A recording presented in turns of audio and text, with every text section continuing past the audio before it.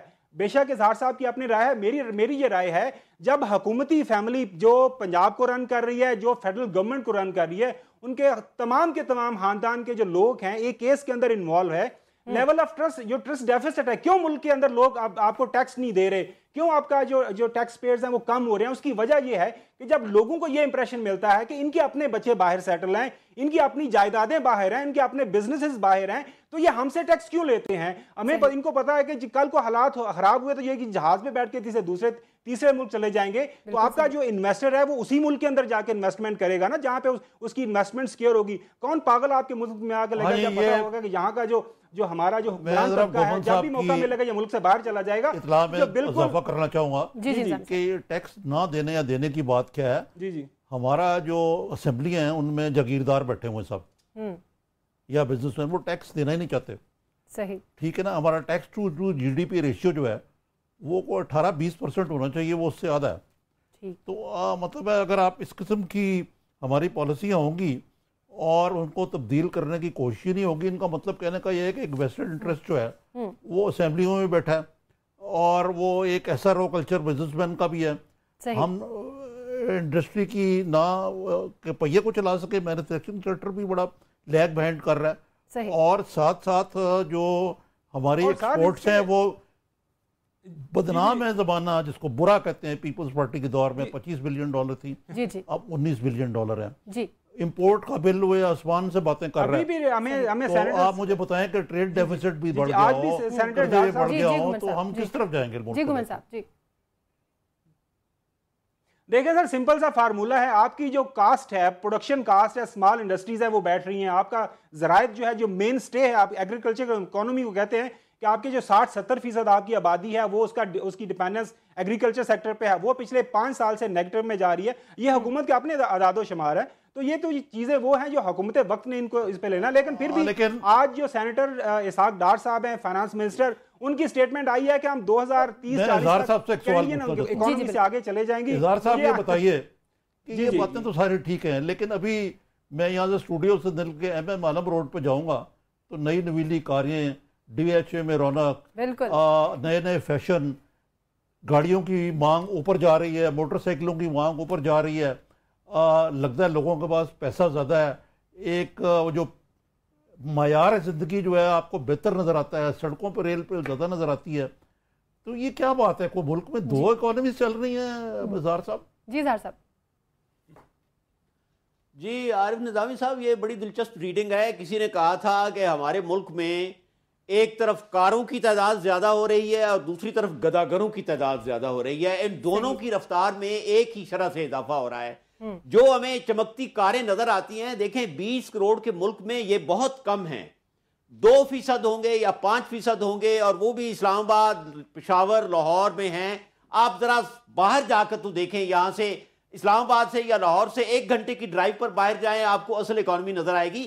ایک اور فیکٹر کی طرف میں اشارہ کرنا چاہتا تھا, وہ لا اینڈ آرڈر ہے. دیکھیں کراچی میں فیکٹری میں جو آگ لگی جس میں ایک سیاسی پارٹی انوالو ہے, اس کے علاوہ آپ بھتہ خوری بالکل, جہاں ڈاکٹر بھی بھاگ رہے ہوں, کارخانہ دار کس طرح کارخانہ لگا سکتا ہے جب اس سے بھتہ مانگ رہے ہیں لوگ اور حکومت اس کو پروٹیکٹ نہیں کر رہی. پولیس جو ہے وہ دوسروں کے ساتھ ملی ہوئی ہے. تو کہاں کی پروڈکشن اور کہاں کی کارخانہ داری؟ بالکل صحیح. گومن صاحب فائنل کمنٹ دے دیجئے, پھر میرے کلوزنگ کی طرف جانا ہے. نہیں, میرا دیکھیں اس کے جو ہے کہ کسی بھی حکمران جو ہے, کسی بھی ملک کے اندر جو حکمران طبقہ ہے, ان کو اپنے آپ کو سامنے پریزنٹ کرنا پڑتا ہے. جمہوریت کی ڈیفینیشن کیا ہے؟ سمپل سی ڈیفینیشن ہے, اس میں شفافیت ہے, اس میں اکاؤنٹیبلٹی اکراس دا بورڈ, احتساب ہونا چاہیے. شفافیت نہیں ہے. ہمارے جو سارے, ابھی نظامی صاحب نے کہا نا, پارلیمنٹ میں بیٹھے ہیں لینڈ لارڈز ہیں, ایرسٹوکریٹس ہیں, انڈسٹریلسٹ, ان کے ٹیکس کی ریشو دیکھ لیں, اس میں چاند ایک لوگ ہیں جو ٹیکس دے رہے ہیں, باقی نہیں دے رہے. تو جب تک حکمران طبقہ اپنے آپ کو ریپرزینٹ کرے گا اکاؤنٹیبلٹی کے لیے اور اس ملک کے ساتھ اپنی پوری کی پوری ہمدردی ظاہر نہیں کرے گا. نظامی صاحب کیا سمجھتے ہیں, شفافیت نظر آتی ہے کہیں آپ کو؟ نہیں, کہیں بھی شفافیت نہیں ہے. دیکھیں نا, بات یہ ایک اور بھی بات ہے اکانومی کا. پاکستان کی اکانومی کا ایک اسٹرکچرل پرابلم ہے, یعنی ایک بنیادی ایشو ہے کہ ڈیٹ سروسنگ, ڈیفینس اسپینڈنگ جو شاید ضروری ہے ہمارے لیے, جی ٹھیک, اس کے بعد کچھ بچتا نہیں ہے. جب تک میں تو یہ بات بڑی ببانگ دول کہتا ہوں کہ جب تک پاکستان ایک نیشنل سیکورٹی اسٹیٹ رہے گا، یہ اقتصادی طور پہ ترقی نہیں کر سکتا، کیونکہ دنیا بدل گئی ہے. Trade and economics driven policies جب تک ہم نہیں بنائیں گے ہم اسی چکر میں پڑے رہیں گے، را اور کھاڑ اور صحیح. اس کا مطلب ہے کہ کہیں بھی شفافیت نہیں ہے. بالکل ناظرین، تاجر حکومت ہے، ایک طرف اس کو یہ تنقید کا سامنا کرنا پڑتا ہے، دوسری طرف یہ حکومت تاجروں کو ہی چونا لگا رہی ہے. اپنے